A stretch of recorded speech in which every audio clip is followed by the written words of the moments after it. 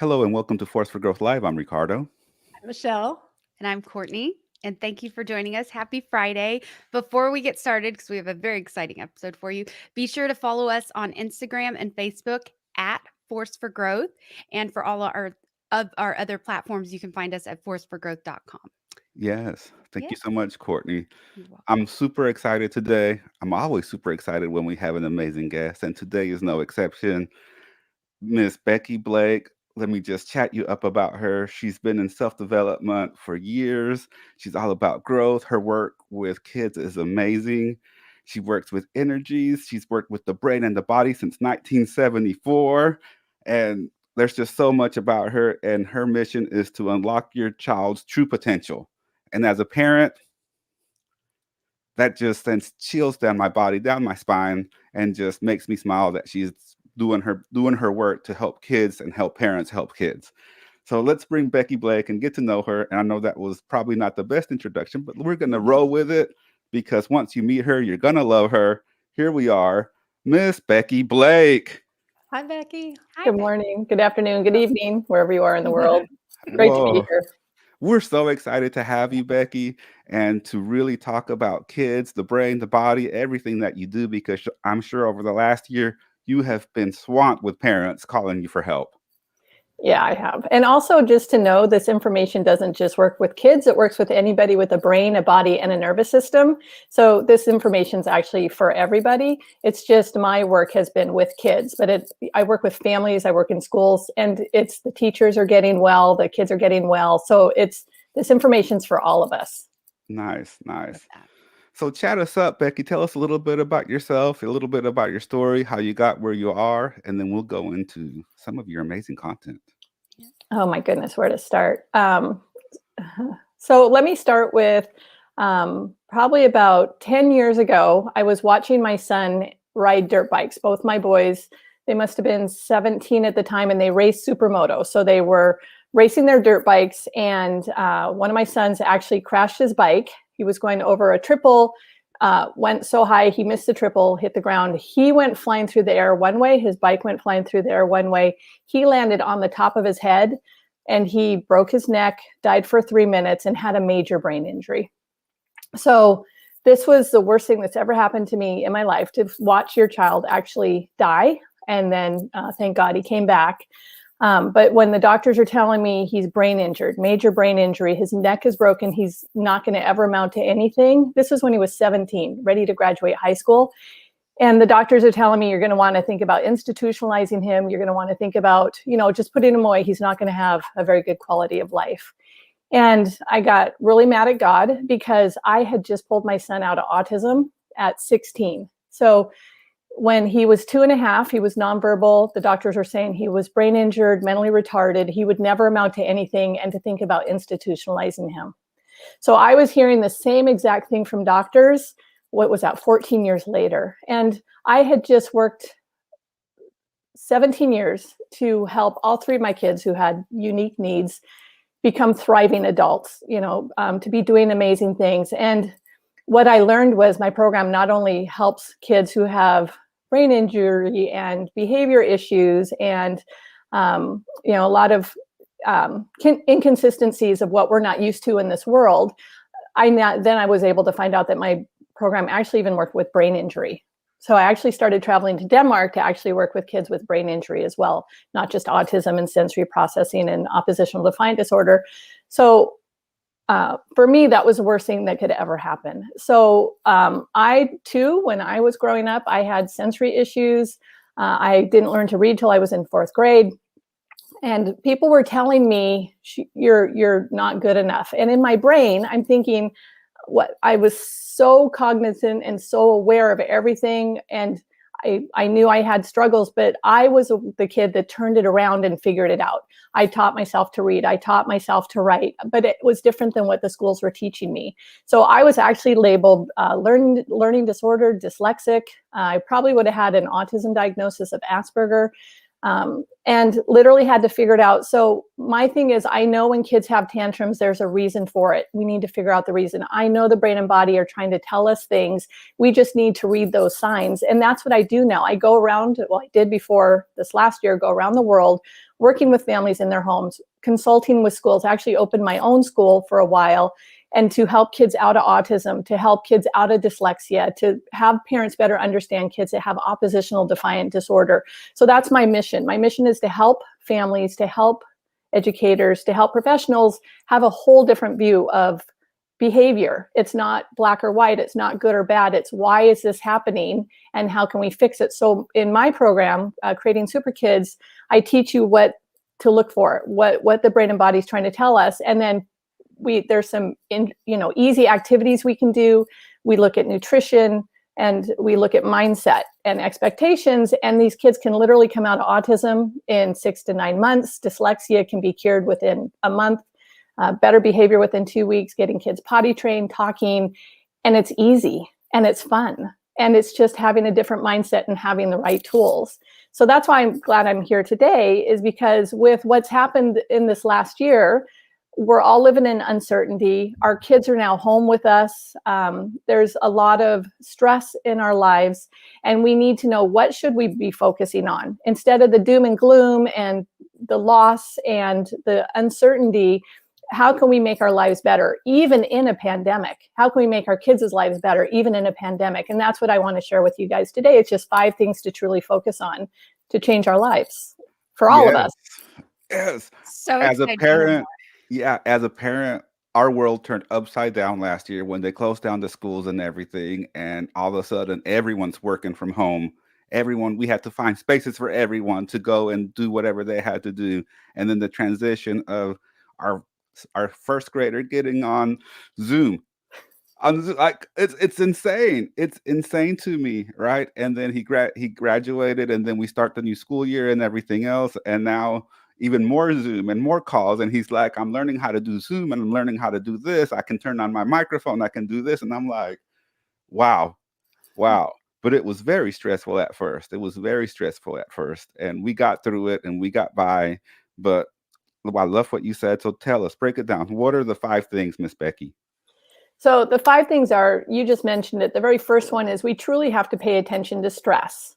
So stress is a physical response to our body. We stop digesting what we're eating. We stop detoxing out the poisons out of our body, the toxins, and we start breathing really shallow. So we're not really getting a lot of oxygen to our brain. And we actually stop moving. Either we fight or flight. We either run or we stop and freeze, right? So stress is wreaking havoc on all our systems. So we're home, we're not eating right, we're not moving, we're stressed. And so our brains and bodies aren't working right. So we need to truly pay attention to stress. And so number 2 is all behavior is communication. So, and what I mean by that is when we're in a stress state, our ears turn red. It's a 10th cranial nerve. It's our vagal nerve. It innervates all our heart, our kidneys, like all our soft organ tissues in our body. So when our ears go red, or we get flushed in the chest, or our cheeks go red. So you can notice with your kids, when their ears start going pink and red and hot, you need to let them know they need to take a break because there's stress in their body. And when our ears are red, it means we're not digesting, we're not detoxing, things are happening. And people say, I've been stressed my whole life. You can't be stressed your whole life. You'd be dead. We're stressed in little tiny time periods, and then we'll do something to get out of stress. And it can be negative and it can be positive. We need to be truly looking, like a lot of the kids I work with will walk on their toes. That means there's something wrong with the stomach, right? In Chinese reflexology, the bottom of our feet, the one part that they're lifting up is their stomach, and they don't want to be activating their stomach. So there's a lot of things we can be looking at to better help our kids and help ourselves develop better and have the energy that we need. I've created a neurodevelopmental chart. I'm hoping to win the Nobel Prize with this. It's a neurodevelopmental chart, kind of like Maslow's hierarchy, but it actually tells you when you're in a stress state, what body systems start shutting down. And there's more than just 5 sensory senses, we actually have like 12. So we need to be teaching all 12. We need to be moving. We need to be jumping. We need to be compressing our joints. There's a lot of things. So in my program, Creating Super Kids, I explain all this in very simple terms that even 3-year-olds can understand what we need to truly be looking for. So we look at stress. Stress is really causing havoc on our systems. We look at behavior, not as good or bad, but to truly question, wow, I wonder why this is happening. Could it be when we're in a stress state? With my neurodevelopmental chart, there's stress, there's we have eating issues, and then all of a sudden we have sensory issues. Things are too loud, things are too light, I can't stand the clothes and the tags, and things start to bother me. And we're talking about like when our kids are home and all of a sudden there's a lot more noise and we're trying to be quiet because we're working, but our kids are being noisy. And it's like, it's like your head wants to explode. It's a sign of stress. So the great thing is I work with a lot of families who have kids that have been labeled sensory processing disorder. So, but once you get out of a stress state, within a month, all those sensory issues go away. So they're not there for life. You can actually, when you can, figure out how to get out of a stress state. And there's a couple things that you can do to get out of a stress state. We don't have time to talk about it here. I have a hair that's bothering my face. I'm talking about sensory stuff, and I have a hair bothering my face. Example. Oh my gosh. There's a demo.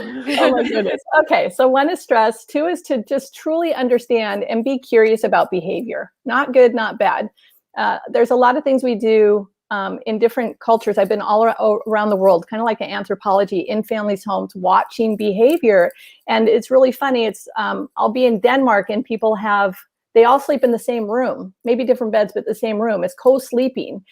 Us in the States are saying our babies are 2 weeks old, they have to go in their own room all by themselves, right? I was working with an Indian family, and I had silverware and the Indian family didn't. And the little girl reached over to grab my fork, and the parent said, put that silverware down, we eat with our hands, right? So to me, I'm like going, behavior is what we're trained up to do. Our kids are not like us. God has a sense of humor and truly gives us different kids. I have identical twin sons that are totally opposite. One's left-handed, one's right-handed, one's good at sports, one's good with solitary things. So they're different than us. And we need to realize that and to appreciate the gifts. Number 3 is movement. And this is huge. Holland did a study probably about 20 years ago on the US. And they said we were moving 11 minutes out of our day. We were getting up out of bed, going to work, coming home, and going back to bed. 11 minutes. And now with what's going on in the world and us being in lockdowns and not being able to move and do the things we want to do, just think what it is now. Our kids need to be moving 85% of the day. They need to be rolling and jumping and climbing. And so to really think, do you have a rebounder in your house so that they can jump on? Do you have an obstacle course where they can run through? And just set the timer 2-3 times a day. They need to have their heart rates up. They need to be sweating, right? They need to be tired. I get a lot of families calling me saying, my child won't sleep. Well, they've been on Zoom for 6 hours sitting in a chair. Put them on a rebounder ball or one of those exercise balls. So when they're sitting, they're kind of, settling in and moving just a little bit, right? You can get a little bicycle thing underneath their desk. So they're moving. So just thinking, how can we get our kids moving? How can we be creative and get our kids moving? I told people no technology. And now I'm saying they can't, they have to. They're literally on, a lot of families are on computers, 12, 18 hours a day. They'll be, and a lot of them are slumped down and a lot of them are kicked back and just thinking of posture. And it's just, so movement is huge. Movement is what gets us to learn. It takes our short-term memory into our long-term memory is when we move. Moving it helps us get rid of our toxins and things. So really think about how much are you moving every day. Actually even chart it to see how much you're moving. And just even set a timer to get up and do jumping jacks. Like think back in the 50s, before school started, they did calisthenics, they did jumping jacks, they did push-ups. Have your kid do a chart where your kid is doing how many push-ups can you do today? How many pull-ups can you do today? Pull-ups are great for reading because it helps to exercise the eyes, right? How many, so think back to the 50s and just every 2 or 3 hours, a timer can go off in your kids. Let's see how many push-ups you can do now. How fast, kids love being challenged and teased. And we want them to see that they're getting better because that's where self-esteem comes from. Oh, wow, remember you couldn't do any pull-ups and now you can do 10. Wow, right? That's where self-esteem comes from, is noticing when they couldn't do something and now they can. That's self-esteem. So movement, get your kids moving, get you moving, right? I don't even move enough. With the trackers on my phone, I'm like, oh my gosh, I'm embarrassed to say, like, yesterday I might have moved, 1,000 steps, right? And I went to the store, so just really be conscious of how much you're moving. Your heart needs it, your body needs it. That's where we get rid of all the toxins. It relieves stress. It creates dopamine responses in our brain. It's when we're moving. Number 4 is nutrition. A lot of people don't like to talk about nutrition. What you put in is what you get. Our brain and our guts are the same. When babies are in utero, something forms and then it stretches and it turns into a brain and a stomach. So our brains and stomachs have the same cells. If your stomach's not working right, your brain's not working right. So really think about how much vegetables are you getting in. Try to sneak greens in everything. I eat chips now. If I want to have junk food, it's got to be a veggie chip with kale or spinach, and they actually don't taste bad. So really start looking at what you're feeding your kids and feeding ourselves. We need live food, lots of live food. So apples and like 2 or 3 fruits a day, and then as many vegetables as we can get into our kids, and sneak it in everything, right? You can put spinaches on sandwiches, you can blend things, just start adding. We need live foods because our cells need live foods. If you eat live foods, you will be alive, right? So there's also, when we're in a stress state, we have a lot of minerals that get depleted. And one of the major minerals is magnesium. We all need to be on magnesium. Our kids need to be on magnesium. There's like 10 different types of magnesiums that are sold in stores. Magnesium malate is one of the easiest to get absorbed. We also get low on potassium and all these things. Like, I'll work with kids who are nonverbal. I'll get them off of dairy. We'll add magnesium into their diet, go through my program, and these kids are talking within 2 or 3 weeks. They just don't have the minerals. They don't have the movement in order to talk. So I'll tell families before I even work with them, get your child off of dairy, get them on magnesium, and then they'll pay me a lot of money to come to their house. And then I'll go to their house and get them off of dairy and give them magnesium. And within a week they're talking. I'm like, that was really expensive, right? You could have done it for free. I didn't need to come if you would have listened. So I have, what's that? Humans are stubborn. We have to learn it a few times. I think we're asleep. I think some of us are stubborn. I got a whole program for truly stubborn people. But I just think we're asleep. I think we're just going to do the least amount for the greatest, right? So like the rubric is really low right now, right? The rubric is, we're all at it, not all of us, but most of us are at like C, low C, high D. We're really, and doing the best we can, right? Because things have been thrown. We've been thrown for a huge, I never thought I would see what just happened ever in my lifetime. So, but again, if we truly focus on some really easy key things that sound so simplistic but are so major in our brains and bodies, our lives can be better. So I tell people in my program, I can individualize it for the families and the kids, but to go look at root cause protocol. It's called root cause protocol, and it talks about what we need to do in order to feed ourselves.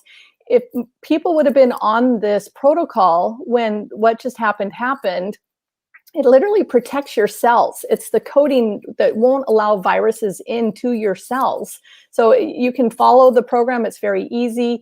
It's a very slow, gradual kind of thing. And it literally changed my life about 2 years ago. I was in not just adrenal burnout or adrenal fatigue. I actually had, it's called adrenal insufficiency. My adrenals were not producing enough cortisol to keep me awake during the day. I had like so much melatonin going through me. The cortisol, when you wake up, shuts off the melatonin, so you're awake during the day. And I didn't even have enough to shut off my melatonin. And it's trying all these different protocols. And I found this root cause protocol, and it talks about magnesium and potassium and to take things out of your diet, like dairy and gluten and that kind of stuff. And your brain and body function at like 80%. 90%, right? We're still stressed. But it was a total game changer for me. I'd been telling families to get their kids on magnesium, but because I knew from the results I was getting, but I didn't know the chemical reason why. And I went and got trained in the root cause protocol. So I now know why, and it makes sense. And nobody needs to know why. Just take magnesium. Just everybody needs to be taking it. Our kids need to be taking it. You can get it in a mineral, a liquid mineral, which is called liquid minerals, and it has magnesium and potassium. It's a lot of the foods that we're eating are now being grown in dirt that doesn't have the minerals it used to have. They're overplanting. They're not, giving their dirt a break. They're not burning, slashing and burning, waiting a couple of years and coming back. So the foods that we're eating, the broccolis and things, and the spinach, if we're trying to go that health way, we're not getting the minerals that we used to get. So we kind of need to supplement with those minerals. So truly thinking about stress, watching for red ears, moving, even if we're rebounding, yoga, Tai Chi, you can look at my stuff. Nutrition is huge. My dad ended up in bed and could not even get out of bed. And the doctor said he had irritable bowel syndrome and Crohn's disease. So this is really gross. He had like explosive diarrhea 10, 12 times a day, couldn't go out of the house because I had to know right where the bathroom was because it was immediate. So for about 15 years, he wanted to die. He said it was no way of life, and he got really cranky. And the doctors wanted to cut out his colon, called it a spastic bowel. And I said, Dad, just go on these digestive enzymes. Just 2 weeks before your surgery, just go on these digestive enzymes. And within 4 days, the diarrhea went away. No more diarrhea. And this had been happening for 15 years. And then within 3 months, his Crohn's disease went away. And the doctors wanted to remove his colon and put him on a colonoscopy bag for the rest of his life when all he needed was digestive enzymes. So in my book, I have a book, it's called Unlock Your Child's True Potential. And it talks about all these things you can do with yourself. And there's tons and tons of tools.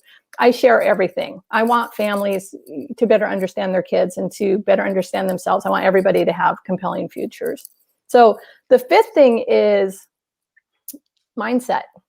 Right, I'll go into a family's house who has a nonverbal autistic child who's 8, and they treat him like he's 2.5 because he's nonverbal, and he's 8. Right, this child doesn't have to feed himself, he or she, right, doesn't have to get dressed, doesn't have to do anything. So the expectations of the parents is my child can't do anything. If he can't talk, he can't do anything.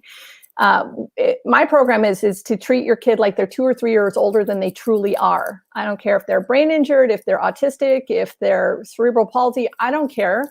Truly treat your kids because they're capable of so much more than we give them. Our kids should be cleaning the house. They should be having chores. They should be doing a lot of things. One of my mentors is Tony Robbins, and it's the 6 human needs. And the 6 human needs are love and connection, certainty and comfort, variety, growth, and contribution. We need to be doing some form of contribution in our home. It can be lighting up other people, right? What can you do for your brother? Like sneak secret light ups. Don't let anybody know, but how can you make somebody's life better? Because this is where depression comes in. Depression comes in is when we think life just isn't worth living. I'm too exhausted to go on. I can't do this anymore. But if you go help somebody, you're less likely going to be depressed. If you go help somebody who has it worse than you, it will cure your depression, right? You can smile, go help somebody else, get out, move, and guess what? Depression can be cured. That was another thing I was diagnosed as a child, was manic depression. And they put me on all kinds of medicines and it made it worse, right? Nothing made it better until I started doing food and movement. And that's where things got better. I wasn't depressed, right? So I was just having wrong thinking. So number 5 is mindset. What are you focusing on? What you focus on is what you'll get more of, right? Are you focusing on the doom and gloom? I can't go out. I can't do these things. My kids are at home. I don't even know who they are. It's really hard. Or are you focusing on how can I make the world a better place? How can I help my family be happier? I had 3 kids. My ex-husband left when my twins were only 2 weeks old. I had a 1-year-old and 2-week-old twins, and I became a single parent. I could have focused on, oh my gosh, this is going to be hard. Literally turned my middle name into fun. How am I going to make this more fun? How are we going to have more fun today? I totally lowered my standards as a mom and said, I just need to get my kids to laugh once a day. Right? I am a good mom if I can get my kids to laugh once a day. And it would be like 7 at night. And I'm thinking, I don't think we've laughed today. How can we laugh? Right? So to make sure laughing is healing, how much has your family laughed lately? Right? What can you do that's fun? What can you do? Because again, it's all about chemicals, neurochemicals, right? I'm almost done with my PhD in psychoneurology, and it's huge, right? The chemicals we have inside ourselves, the energy, we're all energy. Do you have positive energy or negative energy? What are you focusing on? So even when my son, they said that part of my son's brain was injured when he was little was his speech center. He was never going to speak. But I'm thinking, well, he can communicate. So I taught all 3 of my kids sign language. Within 3 weeks, my son was talking. He just had a whole different avenue to his language center. We're either visual, we're auditory, or we're hands-on. He's visual and hands-on. He's not auditory. 0%. We're like Charlie Brown's teacher to him. Wah, wah, wah, wah, right? It's like, how's he going to talk? But once he started signing, he was like, oh, milk, milk. Oh, cat, cat. I get it, right? So we just need to know what's the definition of insanity? Doing the same thing over and over again, expecting a different result. Stop it. Just stop it, right? My outcome for my kids was when they were 2 and 3, what am I focusing on? I'm focusing on when my kids hit 18, they're going to be tax-paying contributors to society, making happy, healthy choices. And everybody thought I was crazy. They're like, they're 2 and 3. Like, and why do you care that they're tax-paying, And so truly, what are you focusing on? What are you focusing on for your child? Are you stuck in the now? It's hard. Our kids are home. We're having to redo things. Nobody trained us for this, right? Or are you thinking about what's going to happen in 10 years and already future thinking so your brain, your reticulating activating system can start making it happen for you? I saw all 3 of my kids graduating. I saw all 3 of my kids. I still see, my kids are now 30. I have twins that are 30. My daughter's 31. And I see them married with children. And, instead of, obsessing about they might be drinking too much alcohol or they haven't called me or, right? I still see them as being married and in loving relationships. And, I still want my energy to focus toward the positive. So just really, truly, what are you focusing on? And what questions are you asking yourself? When I was told my son wasn't going to amount to anything, instead of focusing on that and thinking I need to institutionalize him, I started thinking, no, how can I help him grow up to be the best person he can be? And this is why my program's called Creating Super Kids. I had a school, families would come in for the tour, and I'm literally saying, you know what? We're going to show the world how super your kid truly is, right? So I'm like, oh my gosh, I need to call my program Creating Super Kids, because I'm not creating super kids. I'm helping give families the right information and the right tools so they can show their child, they can show the rest of the world how super their kids truly are, right? And again, I saw my son dead for 3 minutes, right? My son has had so many brain injuries. He was labeled nonverbal, mentally retarded, but he can take apart a dirt bike and put it back together. And his IQ is 35. Right. But if I would have listened to people saying his IQ is 35, he's mentally retarded, and treated him that way instead of treating him like, oh my gosh, let's see how far we can take this. Right. Let's see how much he really can do. Our kids need to be failing. I was listening to Sarah Blakely the other day, the founder of Spanx, and she says she would go home every night and her dad would say, what did you fail at today? And he would be disappointed if they didn't have anything. Failure is our gifts, right? My struggles, I grew up and very poor family, very dysfunctional family. But even in my head back then, it was like, how do I make this more fun? How do I get through this and be able to help someone on the other side, right? How do you take this information in order to help other people? And that's what got me out of depression, was helping other people through what I had already gone through. And I truly think that's what our gifts are. What have you already gone through and how can you help other people? And how do we teach this to our kids? How do we teach our kids to become the inventors and thinking outside the box? And our whole world can be created. New things can be created because our kids aren't stuck in I'm by profession a teacher, special ed teacher. So I understand the box of education, and it did not fit. I have 3 kids. Education did not fit any of my kids, but it was mandatory that I send my kids to school.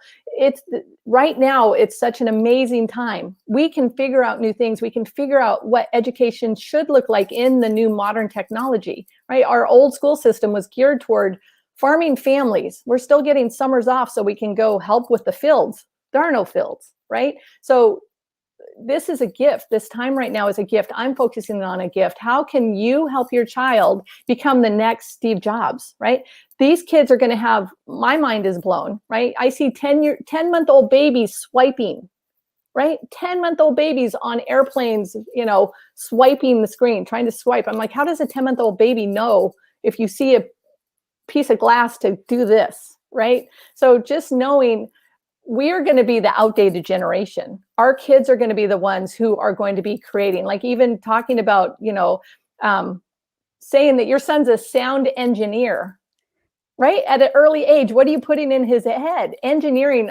Most of our kids can be engineers. That's the way their brain works. I saw this study, and I need to find it, when I was in undergrad, and it showed that when our kids are born, there's an exponential growth of learning. And then 5 would hit, and it was dead, flatlined until 18, and then exponential growth again. So our kids now have exponential growth if we feed them the right foods, if we get them moving, if we give them the right mindset. What are they focusing on? Every year for New Year's, instead of writing down New Year's resolutions, I had my kids make a list of 10. And I said, money's not an object. This is like every dream you want. And I started this when my kids were 8. And I'm like, anything. This is an outcome list of all your dreams come true. What would it be? And it would be like, new shoes and a new toy that's coming out. Later, my kids would put on stuff like, one of my sons was, I think, 12. And he says, I want to go on 3 cruises this year. And I'm thinking, like, this is not a list for me to make happen. This is just a list for his reticulating, activating the genie in his head to give him what he wants.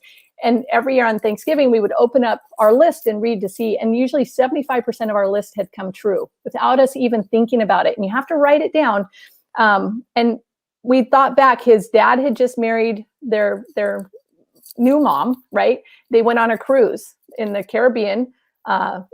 His dad took him to Mexico. They went on a cruise, and he went on a cruise for school from Seattle to Vancouver. He had been on 3 cruises. And I didn't even have to do anything because he wrote that list, right? So is your child, where is the compelling future? Are you helping your child have a compelling future? Are you creating your own compelling future? Or are you stuck in the now, right? Either your life is going to happen to you, or you can help life happen for you, right? Just start writing. What if you had no time constraints and no money issues, and I gave you $1 billion, what would you be doing right now? Guess what? That's what you should be doing, right? Really sit down and think. Don't get stuck. In our families, with the stress, knowing how the brain and body works, we're like in this little dark hole trying to get out. Just by changing your mindset, changing what you eat, changing what you focus on, changing all your movement, you can come out of that little dark hole within hours, not even days or weeks. So that's my 5. I could listen to you all day. I have one word, Becky. Woo! Yeah. Yeah. It's just You a go, tip of the Becky. iceberg. Like, I was like, just go. Just, you're in the flow. I know. One of my greatest mentors, Claymore Shower, he talks about the flow and getting in the flow. And he's like, you don't interrupt people when they are in the flow. And I'm just like, just go. Like, just go. And I'm like feeding you energy to just continue go. And I was like, I don't care how long we go at this point. You just go, Becky. You go, girl. I could go for days. I was just like, now give me questions, right? No, it's fabulous. Like, a page of notes for our audio listeners. I had literally a whole page of notes. I had to like go get more paper because I was running out of space, and I'm running on the corners. I'm like writing really small, and I'm like, and I'm here, and I can go back and listen to it again, but I don't want to miss it as it's coming out because I'm feeling the energy. And what I'm writing down is her energy with these notes. And whew, Courtney, and it's Michelle. just the tip of the iceberg. Yeah. He's like, I love how excited he got.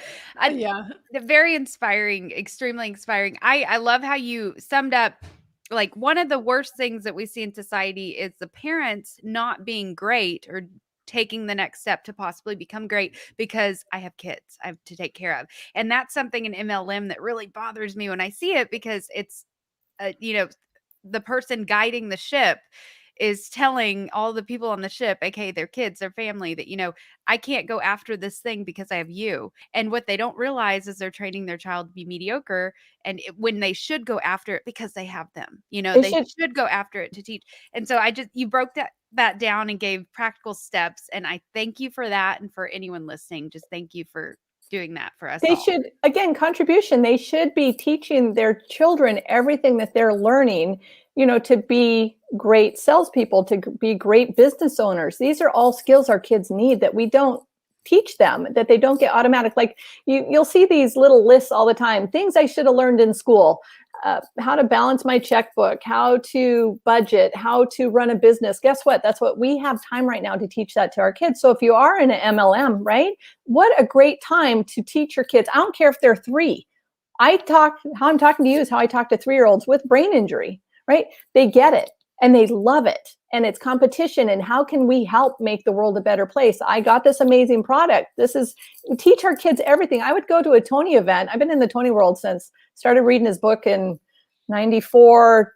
And then I started doing live events in like 2008, and I've done everything, right? So much to learn. We can give that to our kids. Every time I would learn something here, read a book, an audio, I would sit down and teach it to my kids. My kids are 4, 5, and 6, right? And I'm teaching them spiral dynamics, and I'm teaching them 6 human needs. And I'm saying, what about your friends? Where does this come in? How can we, right? I have a whole family program that's geared around like Tony Robbins stuff, right? It's how do you take this stuff and teach this to your kids? Our kids need this information more than ever. And we have the opportunity to do it now. Instead of sending them away, we need to integrate them in your business, right? I have one of my best friends, Courtney Epps, who teaches how to get, if you have your child in your business, it's a tax something. I don't know. I'm not a tax expert. Go look up Courtney Epps. And if you're in an MLM, because she'll teach you, that's who she works for, right? She teaches you how to incorporate your kid into your business and get a tax write-off or get more money, or I don't know whatever it is. You have to listen to her. So that's very cool. Rob Cardenas said, I find myself trying to relate to my teenagers. One is really bored with school and not doing well. He's just not motivated. I feel like a lot of parents might relate. So let's talk teens. Yeah, awesome. What do you want to bring up on that? So again, have your team do a 10-thing list and don't tell them anything. You just have them do a list of 10 things. If you had all the money in the world, all the time in the world, what would you be doing to really truly understand? It might be pet walking. It might be the next Steve Jobs. A lot of kids want to go into computer programming.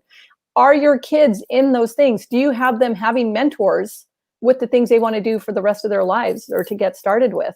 How are you giving your child a compelling future? So teens, there's a biological thing that happens at about 12 where our kids turn into aliens. And what it is we have little strings attached to them, oxytocin linked strings, and they become teenagers and they become aliens. So we can start separating from them. So they start becoming, I don't like you. You wouldn't be my friend. How dare you talk to me that way? It's specifically happening so they can go turn 18 and go out into the world. And we don't die, right? Because our kids are kind of our lives for a few years. So understand that they're different, but if it's a boy, they need to be moving. They need to be moving. Boys, it's with testosterone, need to be releasing that testosterone. They need to be having a punching bag. They need to be rebounding. They need to be working out. They need to be sweating and feeling pain in their body and building their muscles. How's that happening? Right? No wonder your kid's bored. Kids do not want to sit in front of if they could be playing their games, they could sit in front of a computer for days on end. But since it's Zoom and school or whatever they're using, they're bored. Great. What do you need not to be bored? Has this parent ask, right? What do you need not to be bored? Right? So, and how can it be healthy? And what is your compelling future for your child, and what's your child's compelling future for themselves? I work with oppositional defiant kids, kind of the kids who say they're going to kill their parents while they're sleeping, like some of the really hard ones. So it's really easy. Some of our kids need to be challenged and teased. How are we challenging our kids, especially boys, the masculine energy, right? How are you challenging them? Where's the challenge? Where is it? Where they need to be outside slaying dragons, right? They need a little bit of an adrenaline rush. And how are they getting that sitting in a chair for 8 hours a day? Of course they're bored. Their brains are bored. Their bodies are bored. where's the excitement? We need excitement, variety. Where's the variety? So So I good. love one of the things that you kind of said a few different times in just knowing that it's not too late.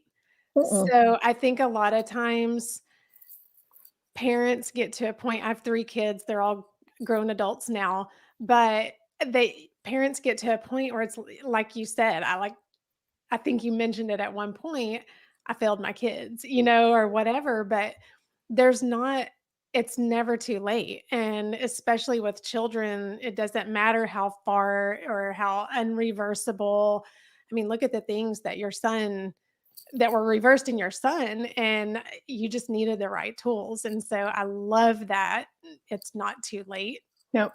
idea. And to also to know that we all have different paths. And not that we are bad parents, but maybe sometimes we regret some of our decisions, but maybe it had to happen to get them to go on a path. Right? I have 31 years sober, right? 31 years of sobriety. It's a whole different path, right? It's a whole new path. We can make a new path. I work with kids who, like I worked with a little girl who had like early onset schizophrenia, right? We just got her off certain foods, got her moving a certain way, and guess what? The schizophrenia went away, right? So even if you have labels, I was labeled dyslexic. I'm still seeing numbers and letters backwards. I don't have numbers in my head, but that doesn't stop me. I have families all the time. Their label stops their expectations of their kids instead of thinking outside the box. Great. If my son can't talk, I'll teach him sign language. He needs to communicate, right? I wasn't reading till 4th grade. Nobody knew it. I was smart and got through it and things. But for even kids who are not reading, once they start reading and it's done right, you're a voracious reader, right? If your child is even thinking about, kids who get in trouble, who do drugs and alcohol, right? And then they can turn their lives around. Adults, everybody with the right mindset, with the right peer group, our brains and bodies are amazing machines, right? We need to work on our machines first. How are your cells? Are you pooping every day, right? Are you drinking enough water every day, right? There's things, our brains and bodies are trying to tell us stuff. And that's what I teach. Listen to your brains and bodies, know the right tools to do, and then things just miraculously happen. Mm-hmm. And it's never too late. My dad had Crohn's disease, right? He was 67 when we got him out of Crohn's disease. 67, right? Our brains are malleable. Our bodies are malleable with the right information. Ooh. Make sure you go visit creatingsuperkids.com. Go visit the website. Go see what Becky's all about and everything else. Go ahead, Michelle. Sorry, Ricardo. Can you mention the name of your book again? Yeah. So my book that's published right now, it's called Unlock Your Child's True Potential. And I've already written 2 more books that'll hopefully be. So I have one for adults, normal adults. And then I have one for families who do have oppositional defiant kids. So creatingsuperkids.com. And guess what? I am so approachable. If you want to email me at askbeckyblake@gmail.com, I'm more than happy to answer anybody's questions. I'm truly here to help families, to help teachers, to help people have new information. And when people seek me out, I'm more than happy to help. So, because a lot of times it's just a little tweak, right? Have you tried taking your child off of dairy? Have you tried, kids that are sleeping? Have you tried lights on, lights off, cold room, magnesium, right? So I'm more than happy to talk to anybody that needs any information. And again, it's not just for kids, it's for all of us. And your book, is that available on Amazon? Yeah. Or just it's on Amazon? Okay. Mm-hmm. So go visit Amazon.com, creatingsuperkids.com, Becky Blake, that's BECKY space BLAKE. Yes. And also know I'm working on an app. This is going to be my claim to fame. And it's like a prescription app, prescription to better behavior. So literally you'll just fill out some questions. It will populate this chart that I've created, and then it will come out with what you specifically or your child needs for movement, organized movement, nutrition, and mindset. That is so cool. So like an AI Becky Blake. Yeah, exactly. We're going to download not everything, but the majority of it. Yeah, you don't want everything. And we're going to put it in an app. So you're going to have AI Becky Blake in your pocket at all times when you need to help and change someone's lives and make an impact. Yeah, and Amazing. keep it fun, right? It should be easy and fun. We should not be sweating. As parents and professionals, our kids should be sweating. If you're sweating, you're doing it wrong.